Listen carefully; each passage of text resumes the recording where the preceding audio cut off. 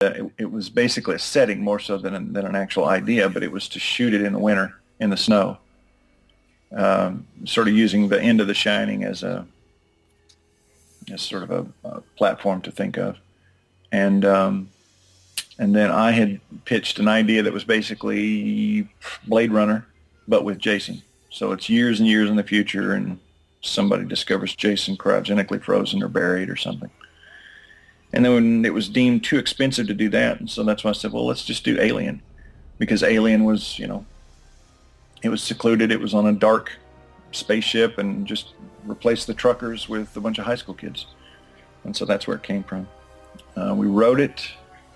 Well, I wrote a couple of outlines, wrote the script.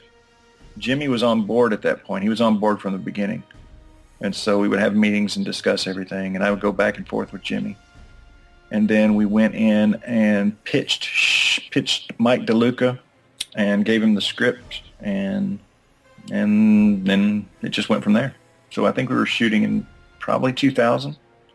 Okay, yeah, I think somebody had said something about that on the commentary or something. I'm not sure, but if I can make a comment really quickly on the Friday the 13th franchise, I was a big fan of the franchise. That was my first love, Friday the 13th.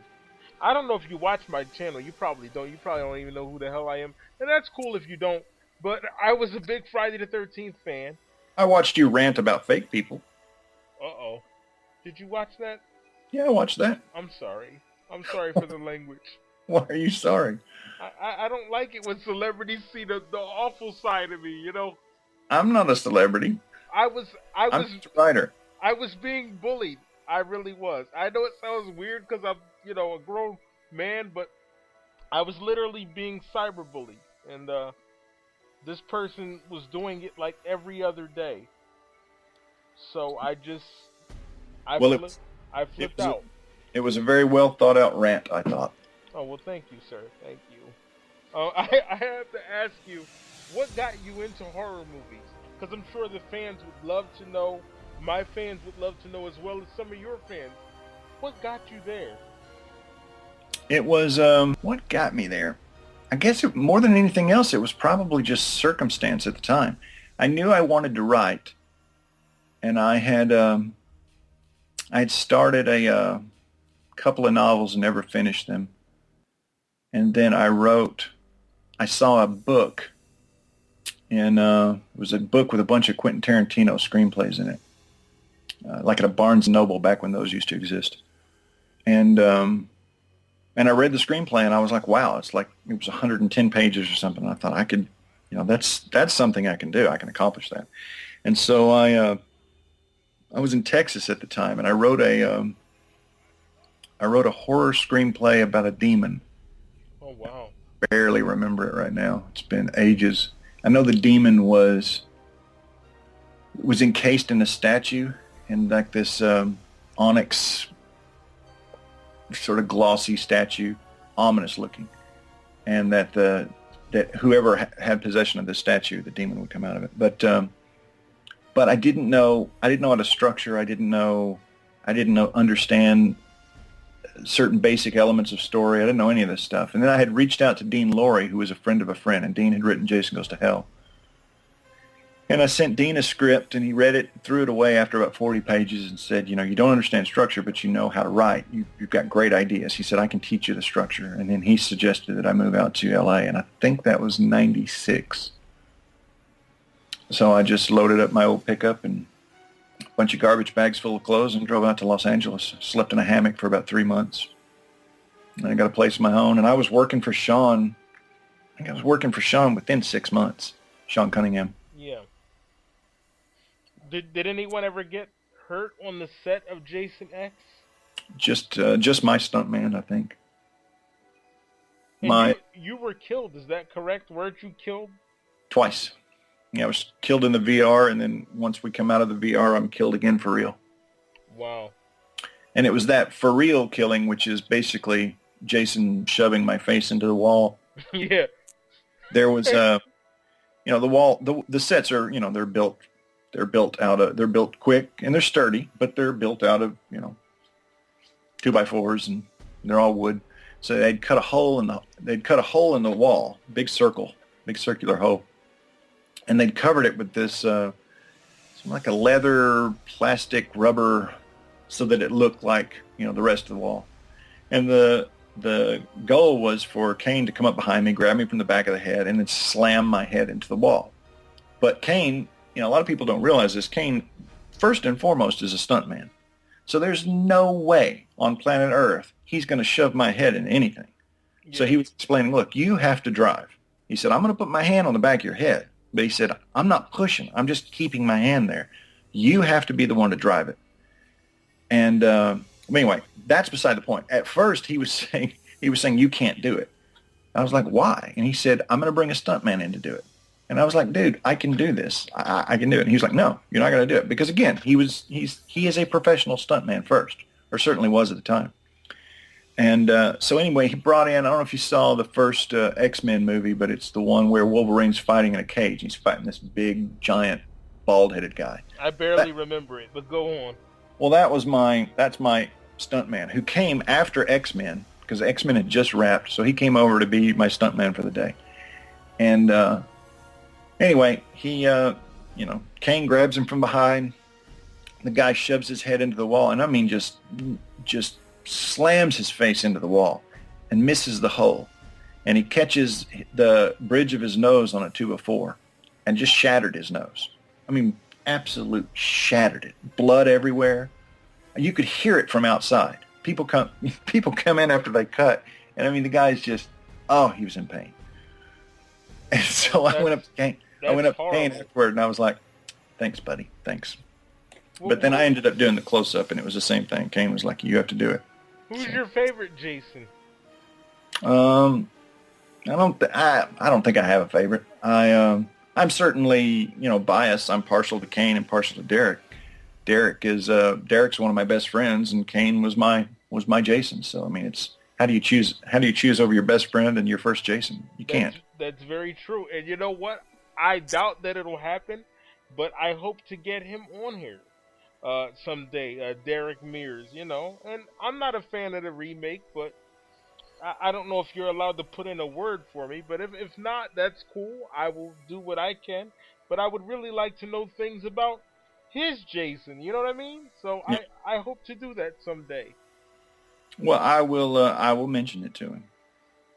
I have to ask, who came up with Jason's mask? Because a lot of fans complained. They said they didn't like the Jason X mask, not the Uber Jason, but the first mask. The hockey mask, not the metal one. Are you talking about the? Wait, you're talking about the Jason X mask with the slit in it?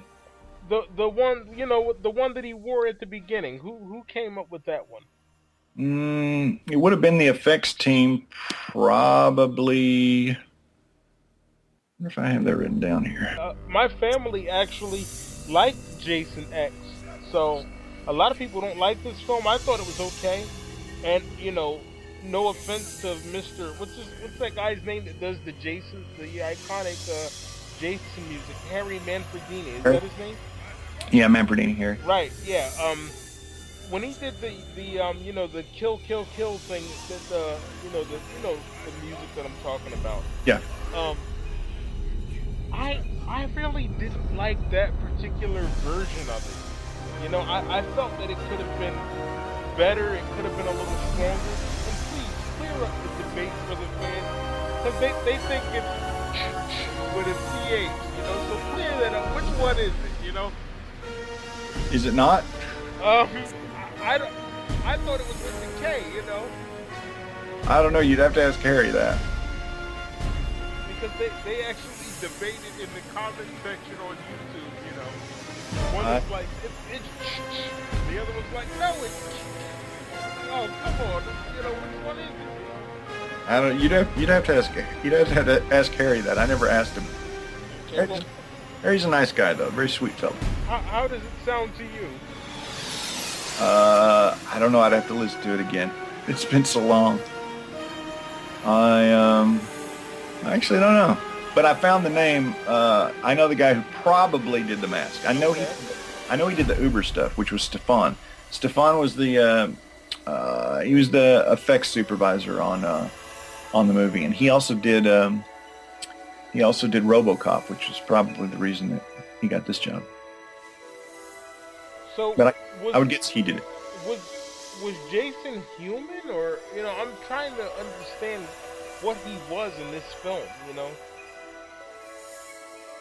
I think. I think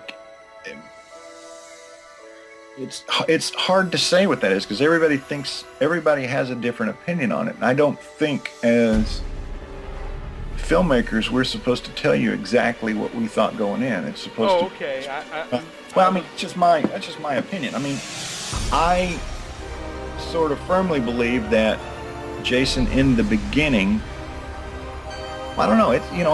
There's a debate all along. I mean, certainly in the first movie he's a kid. In the second movie, which takes place, feels like in a short period of time, suddenly he's big. Yeah. So how do you explain that? But yet he's reacting as if he is human. And then after, certainly when Jason Lives takes place, he's not human. That's zombie Jason for certain. And then we introduce the idea that, that it's not just, we introduce the idea that he has some regenerative skills, some talents where he can, if you shoot him or stab him, he can regen. And what are your thoughts on Friday the 13th Part 5? I just hit a nerve there with the audience. I know they're gonna, they're probably gonna dislike the video and all that, but oh well. Can't please everyone. What do you mean? Why don't people like 5? Because it's not Jason, it's not him.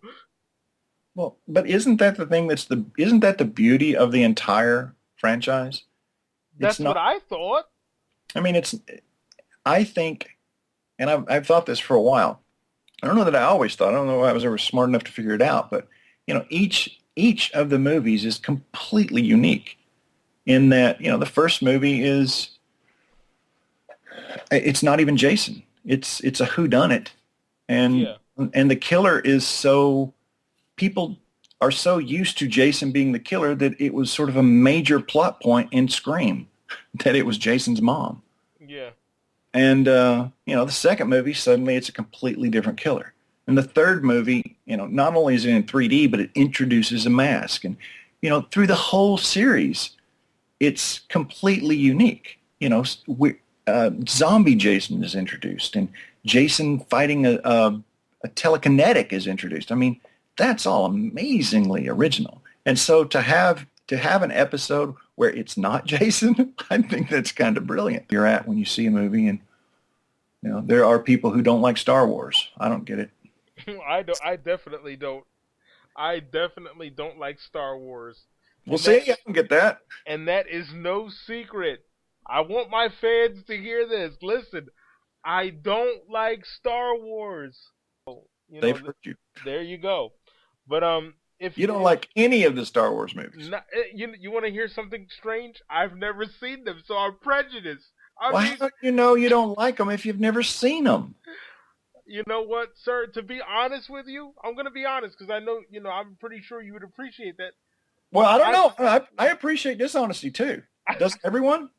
I can be narrow-minded when it comes to movies. I'm sorry. I'm being myself. Don't you have to see the movie before you can actually be narrow-minded about the movie? Otherwise, you're just ignorant to the movie, which is different.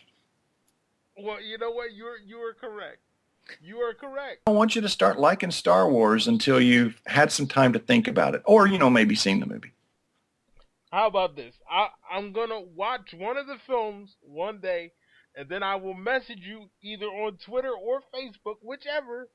And I will tell you what I think of the film. As a matter of fact, I'll do you one better. Let's back up. So you've been going around telling everybody you don't like Star Wars, yet you haven't seen Star Wars. That's like saying, I don't like cheeseburgers. I mean, I've never tried one, but I don't like them.